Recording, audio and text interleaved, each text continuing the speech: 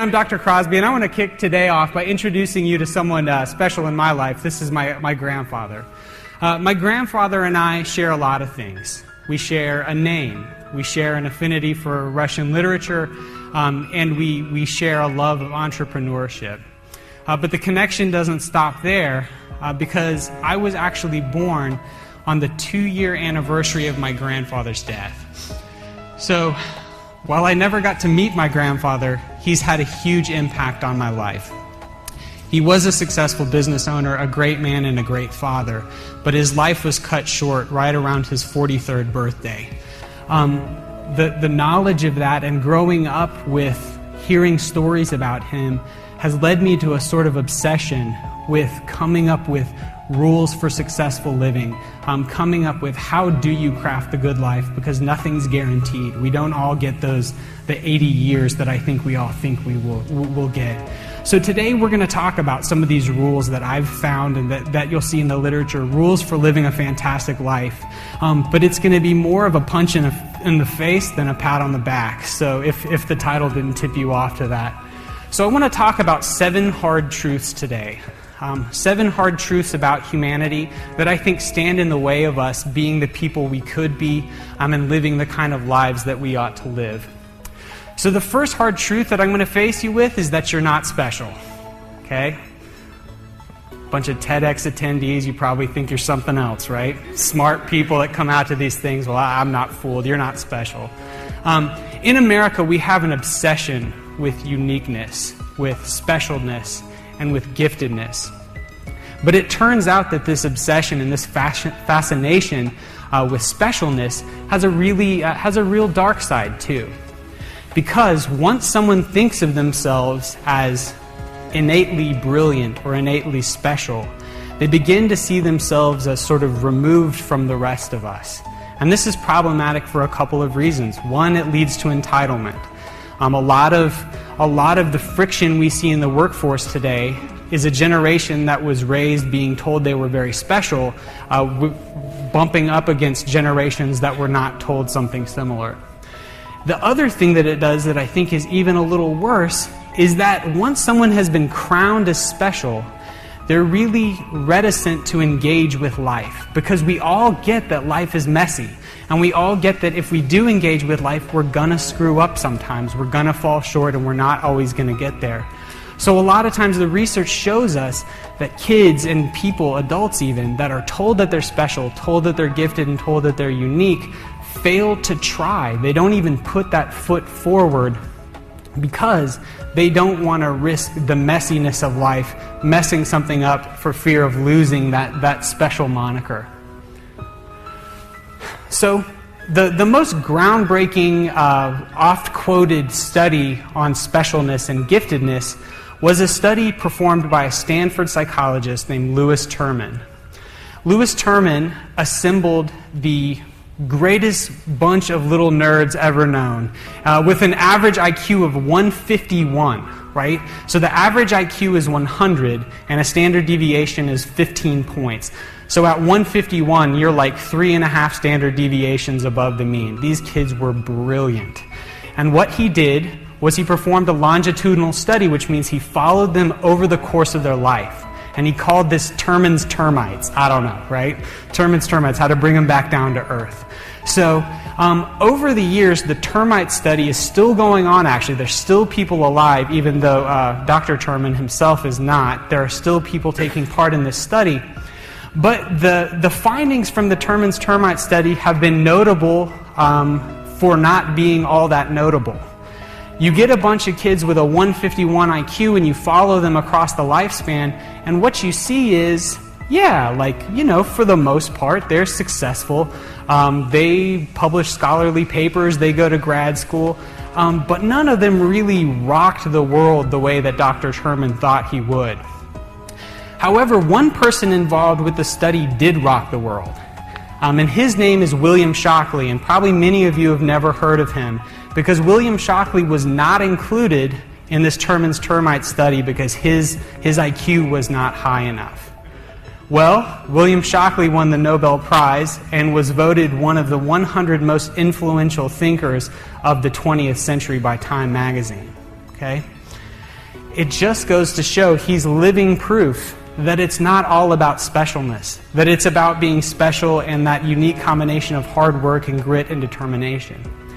William Shockley's story, though, has an unfortunate asterisk, and it is that having been hit by the stick of not special enough himself at a young age, he later hit others with that stick and became a proponent of what's called eugenics. William Shockley actually vocally advocated that people with an IQ less than 100 be sterilized and not be able to have offspring. So we see specialness is an American fascination, but it's not one without a dark side.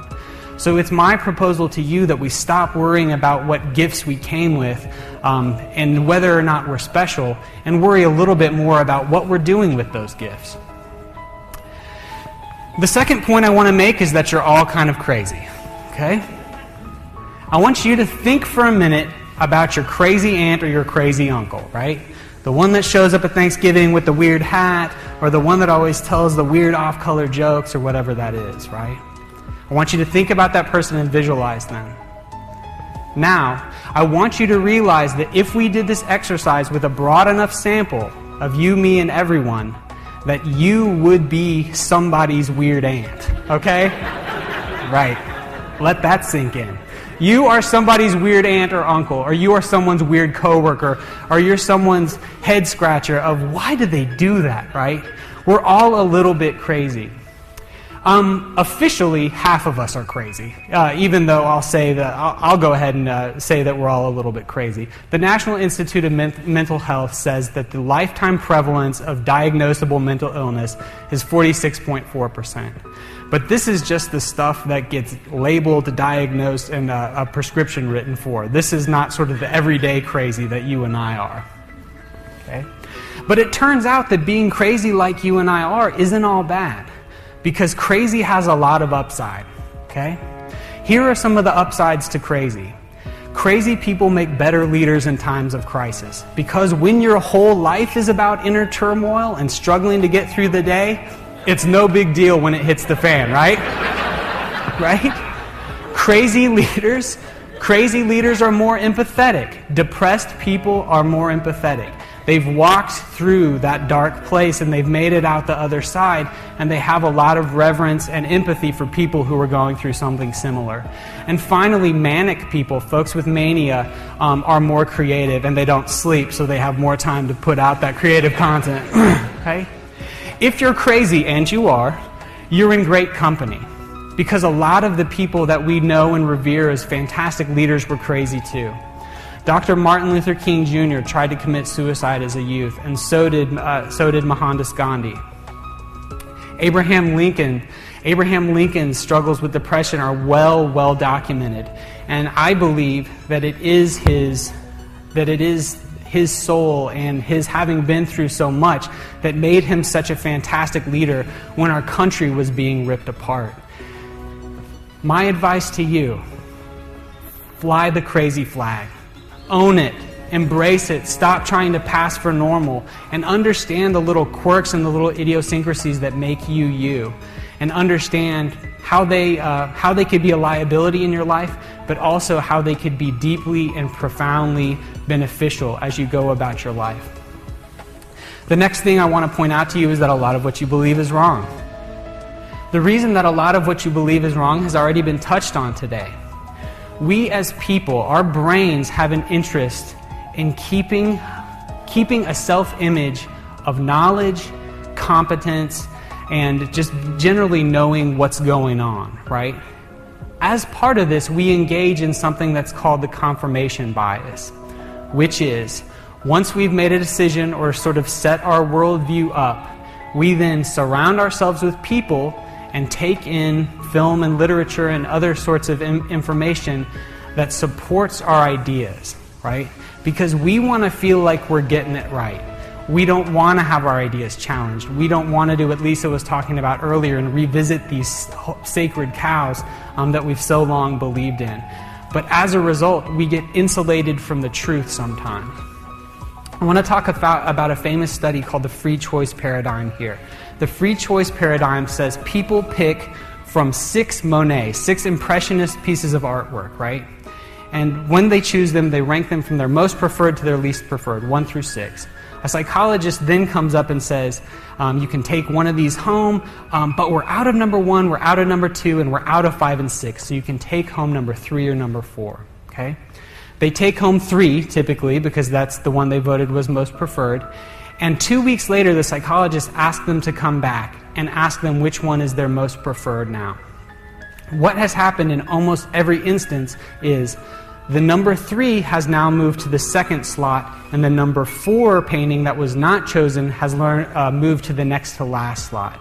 Because we as people take the choices that we make and build those choices up, and the choices that we do not choose, we begin to denigrate and cut down and tell ourselves all the reasons why we were a genius for not making that dumb choice.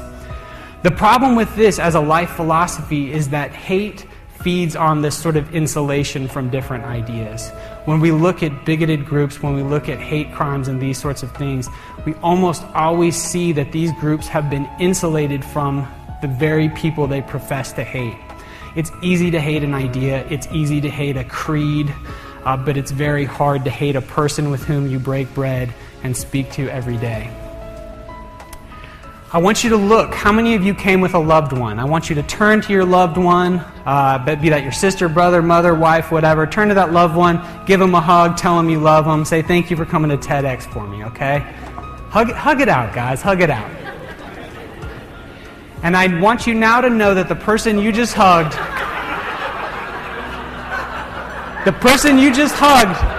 is more likely to kill you than any boogeyman is, okay?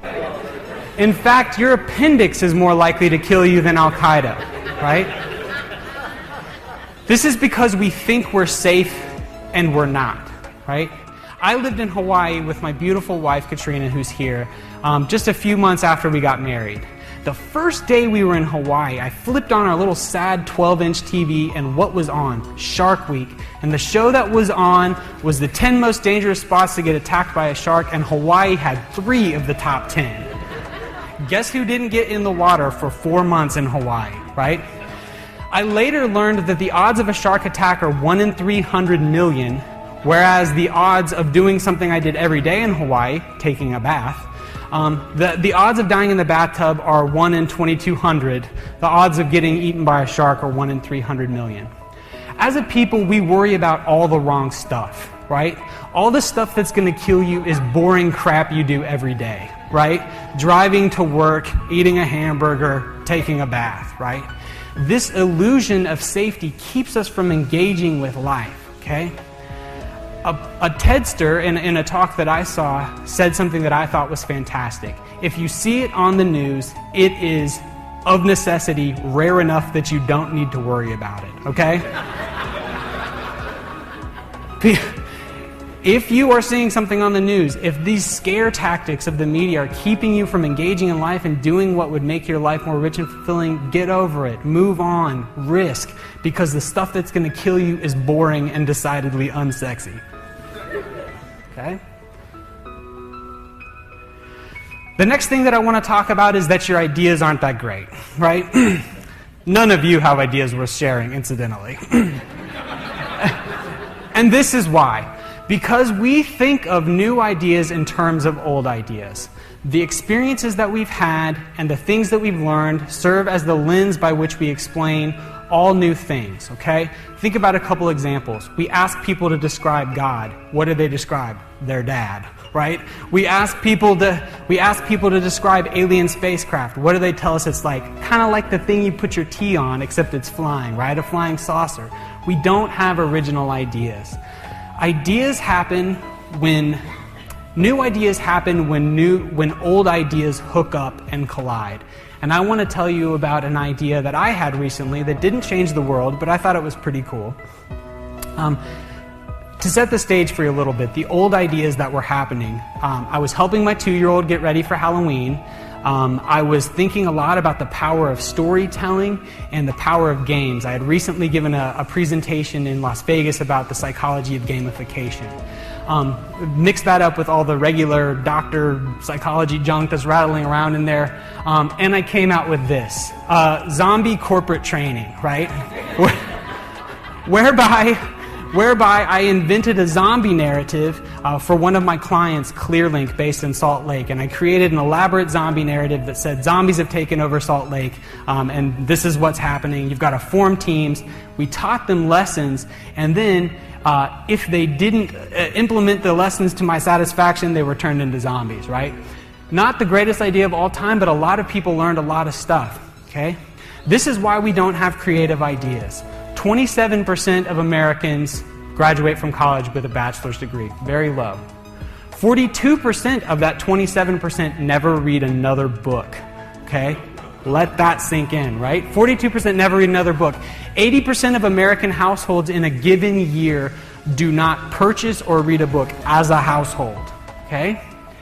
And 9 million viewers tuned in for each episode of The Jersey Shore, okay? Your ideas are as good or as stupid as the things that you are putting in your head, right? We've heard about this from our media guru. You put stupid stuff in and stupid stuff comes out. The next thing I want to talk about is that you're chasing the wrong dream. If I did a survey, I bet every single person in here would tell me that they wanted to make more money at their job. 20% of Americans think they're on the cusp of becoming a millionaire, but only 2% actually are, okay? The size of the average American household has tripled in the last 65 years. And what has that done to the gross national happiness that we talked about? Nothing, right? It's flatlined over that same period of time, okay? A recent Princeton study shows us that after $75,000, happiness is not increased one iota, because $75,000 for a household is what it takes to meet the necessities of life, and after that, it's all on you and your internal experience, okay? Viktor Frankl, a Holocaust survivor and my hero as a psychologist or a psychiatrist, said this: "Ever more people today have the means to live, but no meaning to live for." And the final hard truth is that the time will never be right. That dumb idea that I made fun of earlier, your wish to start a business or start a family or do whatever it is you want to do, the time is never going to be right for that. And this is the reason why. The reason why is because humans are 2 times as upset about a loss as they are happy about a gain. So what do we do to insulate ourselves from the possibility of a loss? We create elaborate narratives about the economy's bad, or I don't have enough experience, or these sorts of things. And these excuses that we construct for ourselves end up becoming the shackles that keep us from pursuing our dreams. Here's just a quick overview of the companies that were formed in a recession or a depression, just a few of the hundreds of successful companies. So right now you've been educated. You've been educated about some things that you do that stand in the way of you being successful. And having been thusly educated, you are standing at a crossroads. And the crossroads is this: you choose today, right here in this room, whether you want your life to be not bad or whether you want your life to be great. Whether you want your life to be devoid of risk or full of meaning. And it's my sincere hope that you will choose a life of meaning. Thank you.